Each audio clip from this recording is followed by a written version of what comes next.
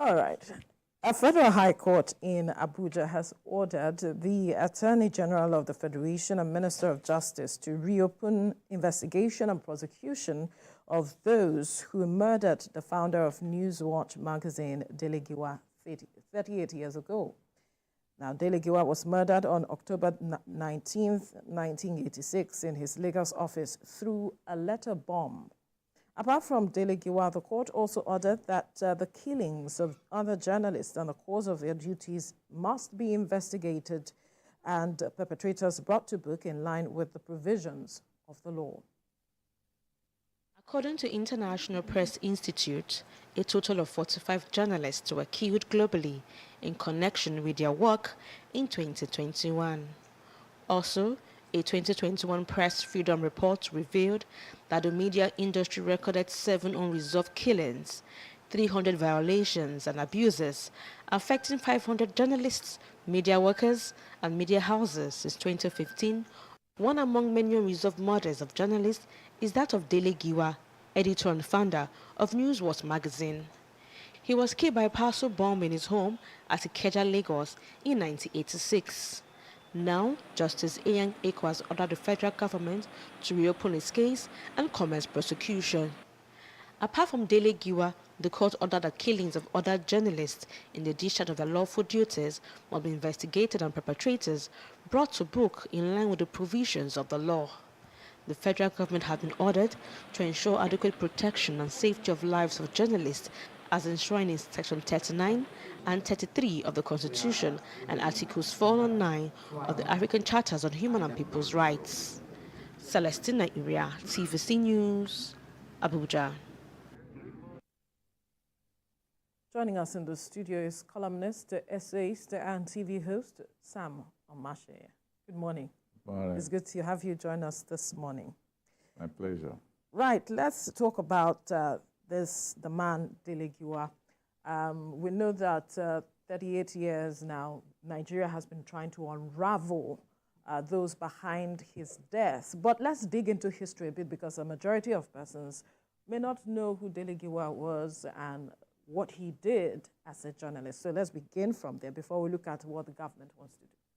Yes, Dele Giwa was a very colorful journalist in Nigeria, and he began his career in Nigeria when he was asked to come and run the features desk in the old Daily Times. He was working for the New York Times at that time. He was using a pen name, something like Baines, you know, and when Dele Giwa came, he changed the face of the newspaper. You know, the paper was breathing better, and they came up with all kinds of different features. You know, that people found Daily Times. Even myself as a kid, I said, this paper is looking funky, looking very modern for us to read at that time. He also had a column called Press Snaps. But that was before he moved to the Concord. It was shopped by the late M.K. Abiola when he started the Concord newspapers. And then Dele Giwa was editor of Sunday Concord. So Sunday Concord became very interesting for people to read. It was one of the most widely read newspapers in the country at that time. You know, not like today. Papers were selling over 500,000 copies a day, sometimes pursuing 1 million a day at that time. So Sunday was kind of the hallmark of journalism. A lot of stories. He had a very interesting column, Parallax Snaps, which was popular when I was beginning. I used to make cuttings of it every day. I don't know where I kept them now, but you know, it was almost like holy grail for me to read it. And even my dad knew that even if I was not around, they had to keep a copy for me. So people used to read Dele Giwa at that time. I liked him for his breezy style. It was very good. His column was reportorial as well as those of commentary. So he blended all of that together. It was very beautiful. And then he brought Ekpu also to come and join him when Ekpu had problem with Daily Times, because Daily Times was where Ekpu was also editor of Sunday Times. Right. And when Ekpu joins us, he will tell us the story. Part of the story. Part of the story. Yeah. So both of them work together in Newswatch. In Concord. Sunday Concord. Okay. Sunday Concord. And after a while, they knocked heads with the publisher, MK Abiola. And then they developed their own magazine. I remember reading in newspaper when he himself, that's Dele Giwa, Ekpu, Dan Agbese, and Yakubu Mohammed walked into the office of the Guardian. And then Dele Giwa was the one saying that they were coming up with a magazine, quote, with the quality of timelessness, unquote. I remember reading that. And we were wondering what would that be. I was just leaving school that time. I was saying, maybe one day I will work with these people. Interestingly, I did, but Dele Giwa had gone when I joined. And the rest, they say, is history. Right. Interesting.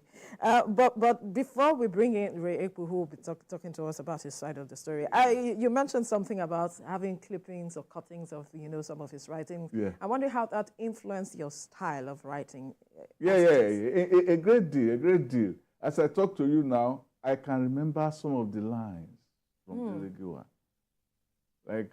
Like when, let's talk about the strike. It says, Sumono has chosen the path of machismo, wearing a beret and sporting a goatee like a revolutionary who is out to change the world. That was one of his lines. Then there was this guy in Daily Times in Concord, Ben Oyachona, another editor. He said we call him the professor because of his apparent professorial style. Then he wrote one on this woman who won the Pulitzer Prize and faked it, Janet Cook. And he said, she is black, she is beautiful, and she is American. From all accounts of her classical ordinate, she is as constant as the Northern Star. Right. She's American, and she's in the news. Okay. Interesting. There's so much to be revealed. Yeah. To just talk about when you're talking about history, digging into history that you have pointed out. But we have joining us now veteran journalist and columnist Ekpu. Good morning. It's an honor to have you join us this morning to talk about the person Dele Giwa. And congrats on your award. Thank you. When I see it, I say, Veronica, my daughter. I don't know whether you are aware of this. It's the title of a book. On Nisha Market Literature, they had this thing called Veronica, my daughter. Anyway, let's talk about the person Dele Giwa. You worked closely with him before his death, and there's been controversies surrounding those who worked with him. There were talks about perhaps there were some of them who wanted him dead and all of those controversies. But talk to us from your perspective, working with the person Dele Giwa, what he embodied. Sam has told us his own perspective, but share with us before he passed how it was working with him. You see, Dele Giwa was a phenomenon in the Nigerian media. He came from New York Times, a Nigerian who worked with the best newspaper in the world. So Daily Times went and got him and brought him to Nigeria to come and work in the Daily Times. He worked with, I think, Radio NBC before he went as a cop reporter. And he went to America with $75 in his pocket. A copy boy. Yes. With $75 in his pocket, he landed in America. And he came back in a moment of triumph to Nigeria. He said, I've acquired the wherewithal for making Nigeria what it has to be. And he was loved by Nigerians. His writing style was admired.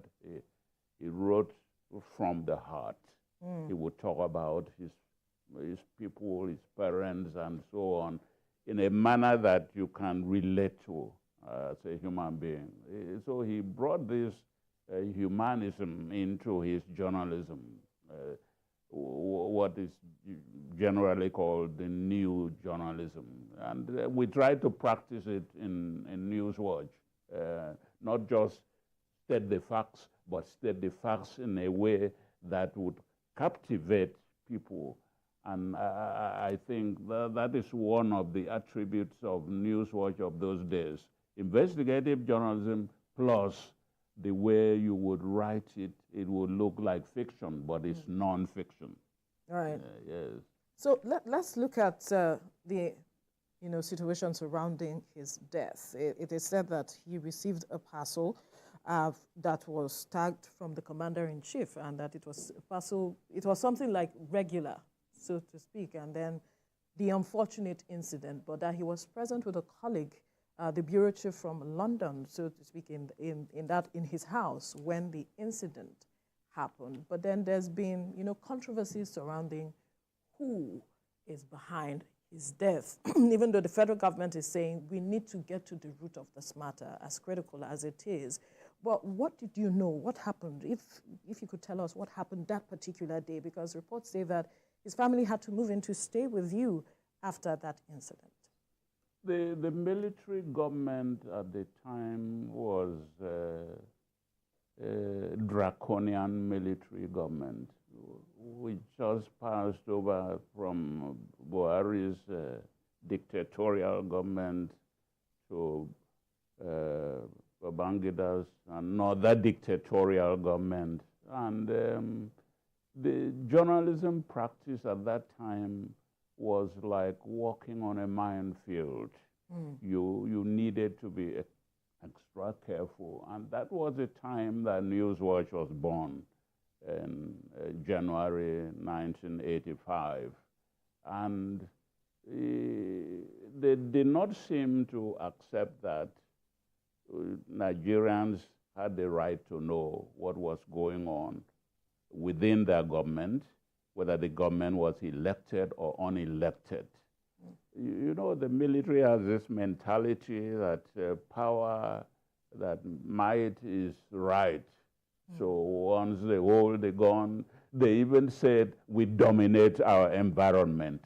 We dominate our environment. So they dominated the media, and Newswatch was a sensation. Newswatch was publishing all kinds of things that they didn't think should be published. You know, when Babangida set up the committee to worry about return to press freedom, return to civilian rule, we got a copy of the report, which they refused to release because they were dancing, buying time and continuing to shift the handover date and so on. So we got the report and we published it. And for them, that was an affront. Why should you publish a government report that was not released by government? But that was the mentality of Newswatch, that nothing ought to be hidden from the people. Yes.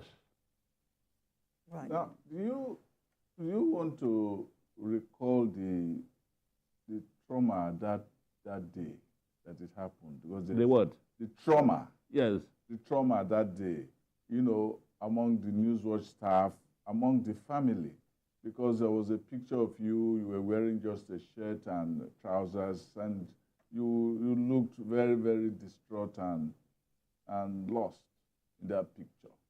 Can you give us a graphic sense of that moment, that day that it happened? I was out of Keja on that day. It was a Sunday. And I called Dele in the morning about 9 o'clock, and I told him I was going to Surulere to see some family friends.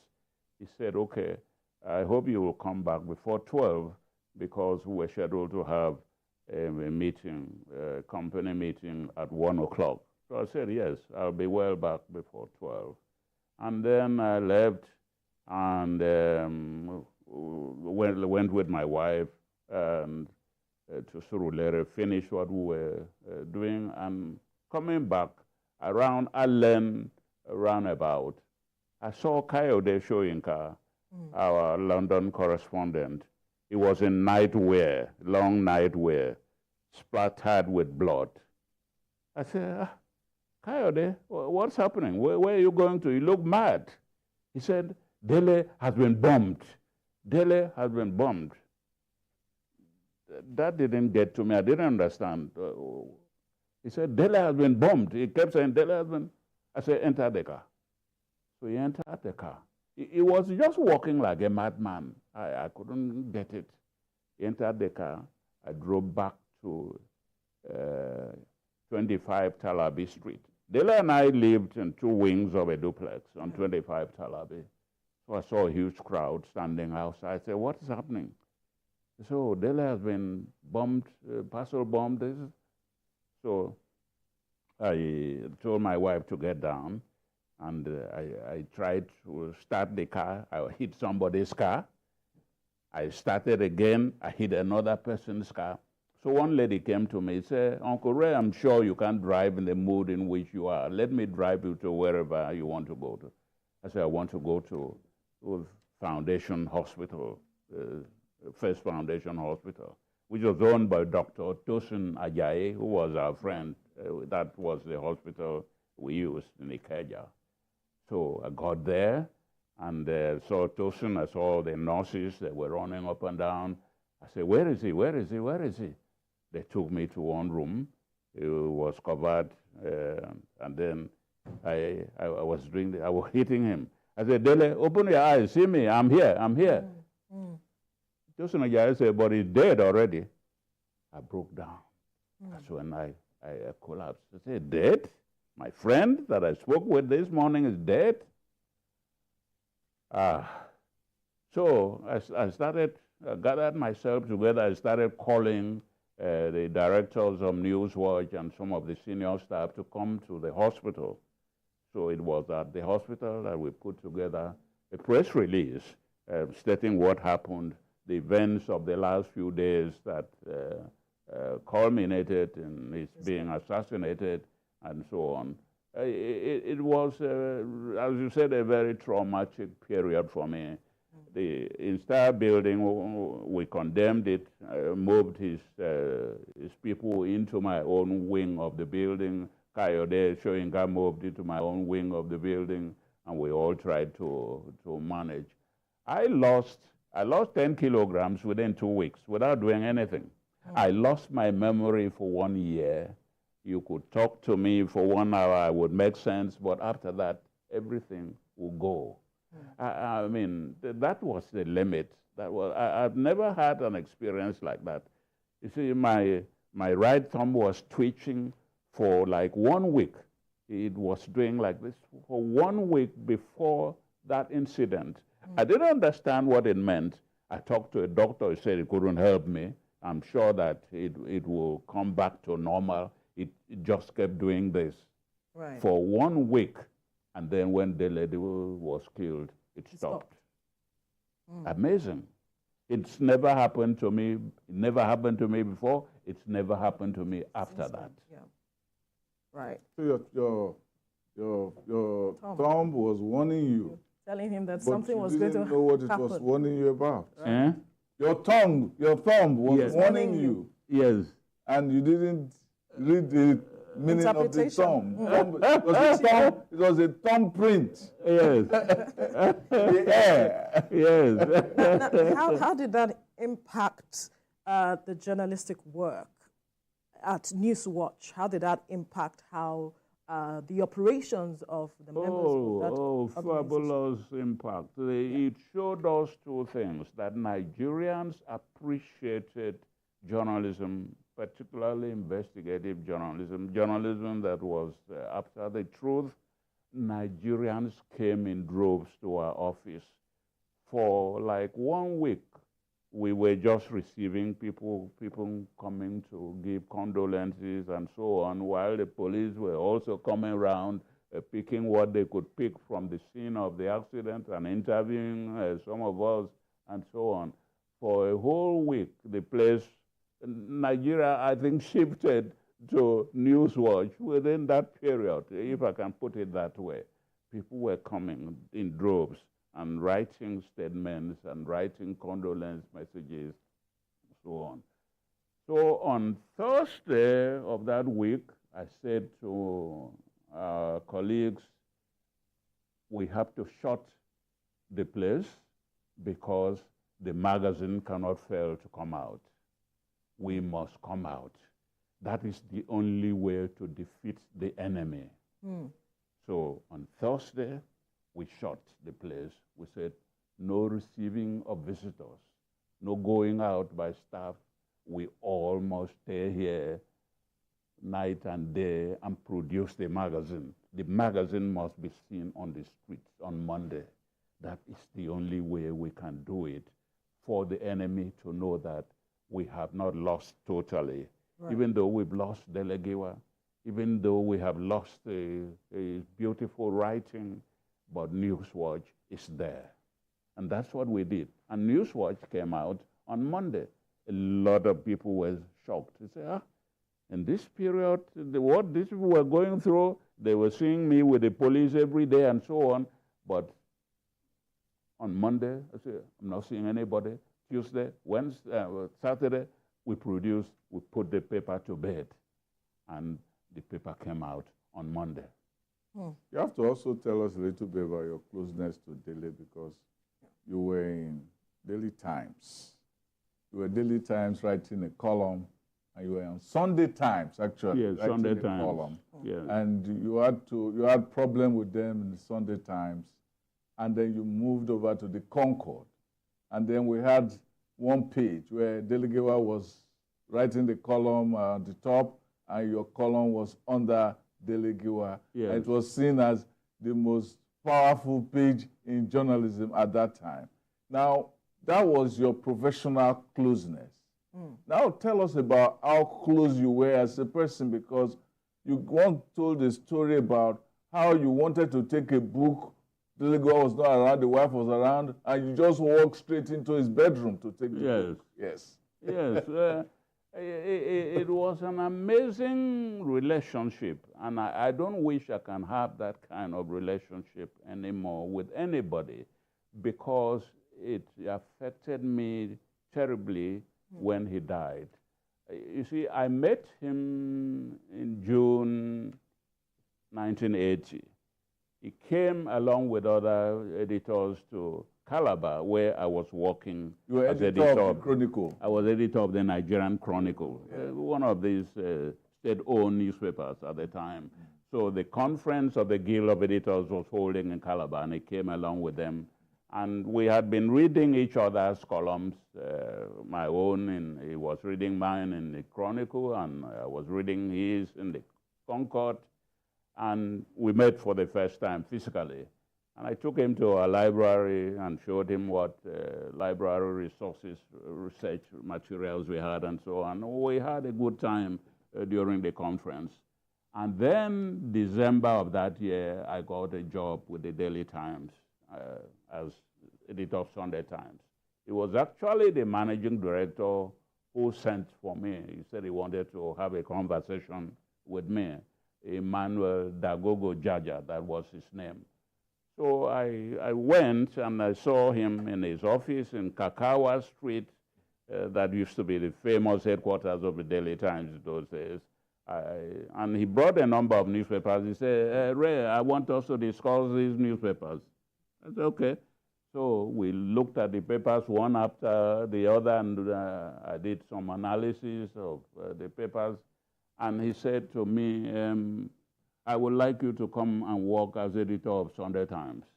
I was surprised, because I didn't even know that the post was vacant. And I was already editor of a daily newspaper. I said, okay, sir, I will get back to you. I got back to Lagos. I told my wife and my relations, I said, Daily Times is offering me a job as editor of Sunday Times. My wife said, you must take it. I don't want you to hang around this place. These Calabar girls won't let you rest. I said, I'm actually willing to go. I don't want to continue to be a big fish in a small pond. Let me go and be a small fish in a big pond. It's better for me. You became a whale. That's right. You became a whale. Daily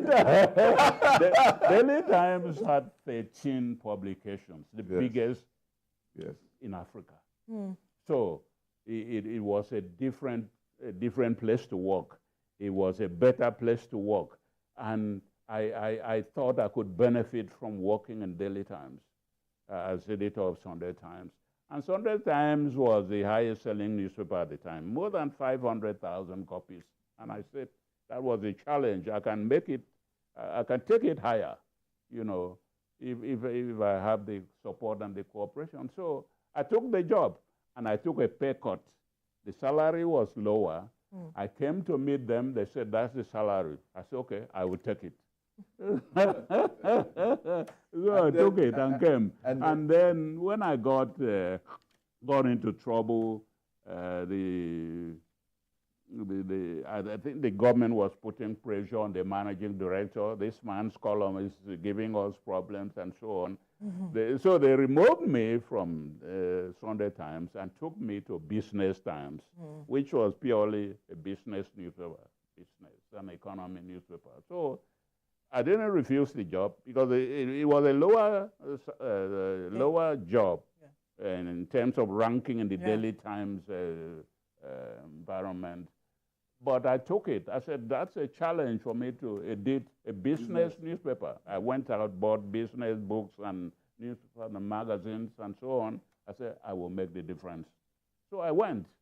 And the paper, as it was conceived at that time, was all gloss, nothing, no pictures, no graphs, and so on. I said, no, I will publish this the way I see other Financial Times of London, economists, and so on. I will put graphs, put photographs, and so on, and also introduce politics, sports, economy, and economy was the main subject, and development, economics, and so on, and science and technology. So I wanted to make it a complete newspaper. If you are going to buy one newspaper a day, let it be that one. So I did that for 3-4 weeks, and then the managing director came and said to me, Ray, this is not the paper we gave to you. You have changed the direction of the paper. I said, yes, that's the kind of paper I want to edit. And he said, no, take it back to what it was. I said, me? Take it back to what it was? I'm the editor, and I know you are the managing director. So that day, I sat down and wrote a 2-paragraph letter resigning from Daily Times, giving them 3 months' notice. I said, I'm not going to stay for 3 months. Take my entitlements for the period, 3 months that I haven't given you the notice, and then give me the rest. I took the letter to the general manager in charge of publications, and he read it. He said, no, Ray, you're not going anywhere. The paper is going up, you're not going anywhere. I said, but I can't sack the managing director, so I better sack myself. So I sat down there, he refused to take the paper. I left it. I left it on his desk, and I went into the night. I was gone. So the next day, I went to the Guardian to go and look for a job. I saw Ladi Bonola, who was the managing director. I said, Ladi Bonola, I have left the Times, and I'm coming here to look for a job. I'm not coming to look for an editor's job. Give me a reporter's job. I have a lot of contacts, so I'll bring you a lot of front-page stories. He said, the great Ray Ekpu wants to be a reporter at the Guardian. I said, yes, I'm not coming here to fight for an editor's job, so let them not begin to fight me from the gate. So he said, okay, give me till tomorrow. I want to talk to Alex Ibru, the publisher, about what job to offer you. So I left, went home.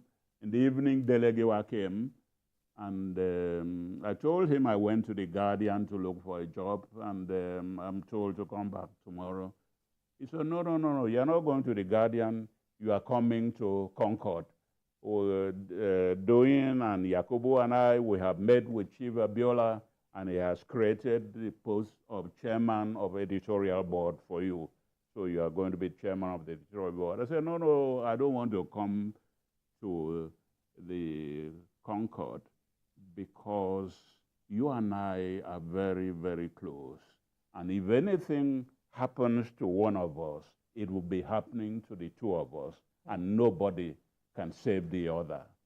That was my philosophy. And that is exactly what happened. So I went. Eventually, he convinced me to come. I went with him.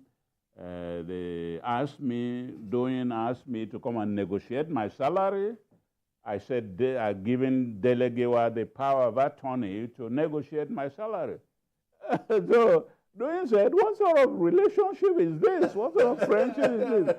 Is your salary is your life. You are telling somebody to negotiate. I said, I believe him. I believe in him, and I can do the same thing for him. Right. Yes. Because of time, so that we can just get the most we can get, from you. We know that Dele Giwa was known for his investigative reporting. Were there other stories he was working on? If you could give us insight into some of the stories he was working on before his death. And then we'll look at the road to justice, how it has been, why it's been difficult for us to get justice with regards to his death. To get justice. Yeah. It's because of the nature of our country. That is why Dele Giwa is not the only person who has been killed, murdered, or assassinated without our getting justice. It is the way the country is in terms of the police, in terms of the judiciary, in terms of the power of investigation, in terms of the lack of energy in those who ought to do the right thing for our country, beginning from the leaders down to the grassroots. Nigerians don't do what other Nigerians or other people in other jurisdictions do. That is why the country is like this. So when people talk about the country being the way it is because of leadership failure, I always add that it is not just leadership failure, it's also followership failure. Followership failure, because each one of us ought to have to belong to the office of the citizen. What is called the office of the citizen. You ask questions, you carry placards, you write letters, you push, you do this, you do that for the leaders to do the right thing. We're not doing enough of that in this country. I know that there is a Nigerian who was going to be tried for corruption in Kaduna some years ago. He's from one of the South states. They took him to Kaduna, and then they hired a crowd when he's our leader, don't leave him, don't try him, leave him, he's done things. We had that just 2 weeks ago.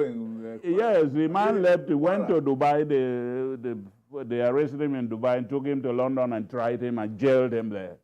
So Nigerians have to hold themselves responsible for why Nigeria is like this. Not just the leaders, we, the followers.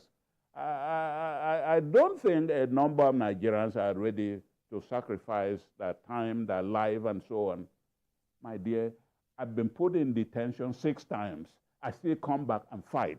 When I come back, I sue the government. I've won a few cases, but they don't pay. It doesn't matter that they don't pay, but I sue.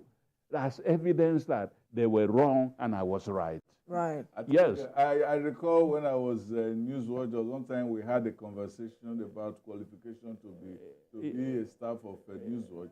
that being an ex-convict Yes. disqualify you from being a... you know, Nigeria is a different country.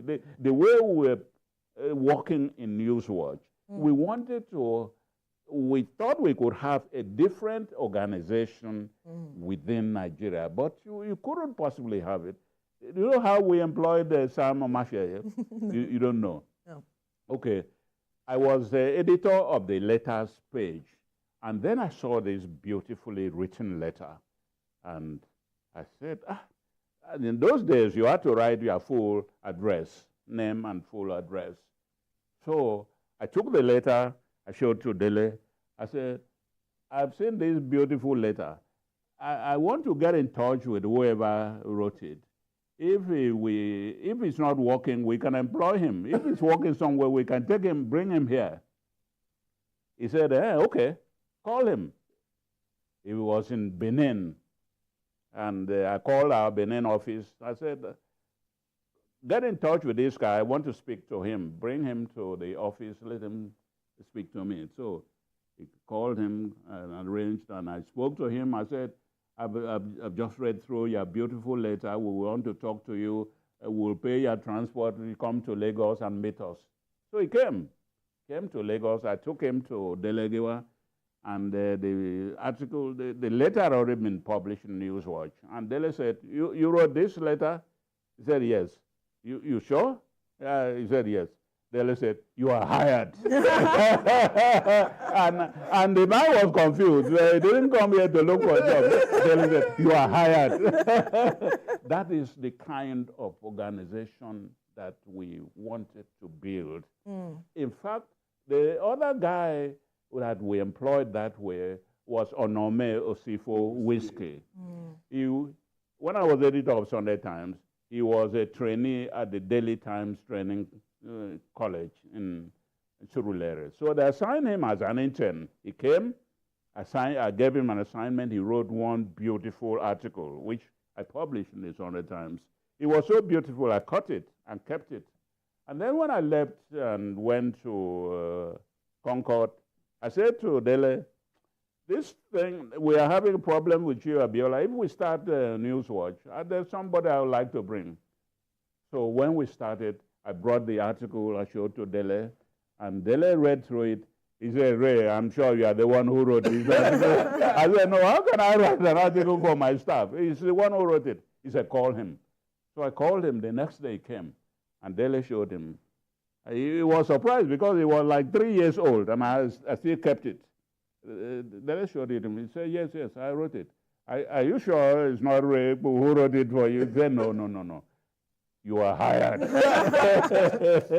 And that's how it became our staff. Right. But on the other hand, we also had somebody we hired who behaved differently.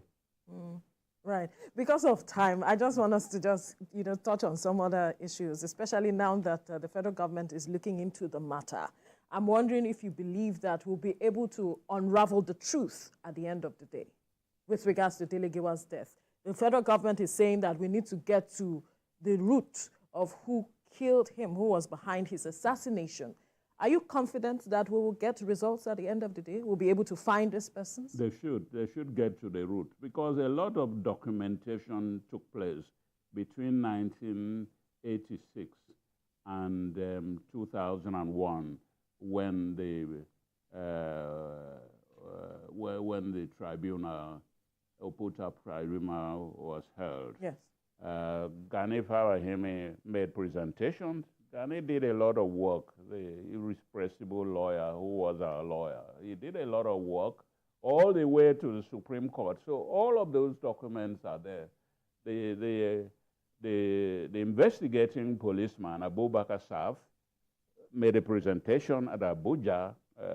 He was the one who handled the investigation and went and submitted a report to Chris Omeben, who was DIG at the time, who is busy running his mouth now, saying the wrong things and so on. He submitted a report to Oputa panel. We in Newswatch, we also submitted a report. So all of those documents are there. if the government is interested in doing, in digging up everything, some of the people are still alive anyway.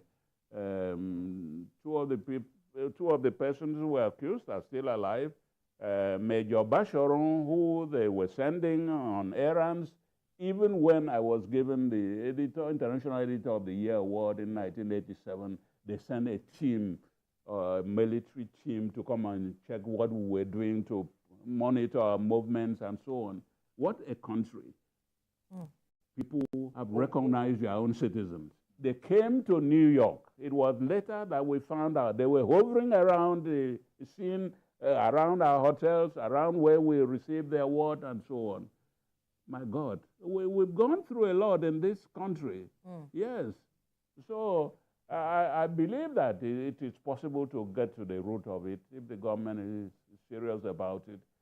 Even though a lot of the information may have been hidden, but at least there is still a lot that can be unearthed. Yes. Right. Omebe, in 2001, I think, I don't know whether it was then. You have like 3 minutes to. Yes. He said that he wanted to go into the matter, but that some higher powers, unquote, were standing in the way. Do you think those higher powers are still around? He's one of the hirelings. He was sponsored, I believe, because he did not play any major role in the investigation. Yeah, I mean, I should know, because everybody who did the investigation came to the house. I was always there in the house. He asked me questions and so on. And you see, he has accused 3 different sets of people of killing Dele Giwa. First, he said Florence Itagiwa, who was Dele's former wife. He was told that he and the woman were frolicking somewhere a few days before he was killed. I said, if they were frolicking, it means that they had gotten back together. Why should they want? Why would she want? Why should they want the fun to end? That doesn't make sense. But he accused her, and then he accused Kayode Soyinka, who came from London and stayed with Dele. He was like a young boy. We all, when we go to London, we stay in his house, we meet his wife and his children and so on. So why would he want to kill his editor-in-chief? If he killed Dele Giwa, he would have to kill Ekpu, Yakubu Mohammed, and a long line of senior editors before he gets to the editorial chair. So it was completely out of the question. And this guy was in the same room with Dele Giwa. On the same desk? The same study. They were both having late breakfast. How would any decent, reasonable human being stay in a room where he knew a bomb was going to explode? And the quality of that bomb could not have been made by anybody except the military. Specialists. Specialist military group. They would make it. No individual. And then the third group was the 3 of us. Yakubu Mohammed and Agbese and Ekpu. Oh, there was a boardroom struggle. And they fought. Unfortunately. Our time is up, unfortunately. We have to wrap up this conversation. It's been an interesting ride, an interesting one, digging into history for a lot of persons to understand what transpired at the time. That's about 38 years ago. We must thank you, Ekpu, for your time on the program. Thank you. And we must thank you as well, Omatseye, for your time on the program as well, gentlemen. This is where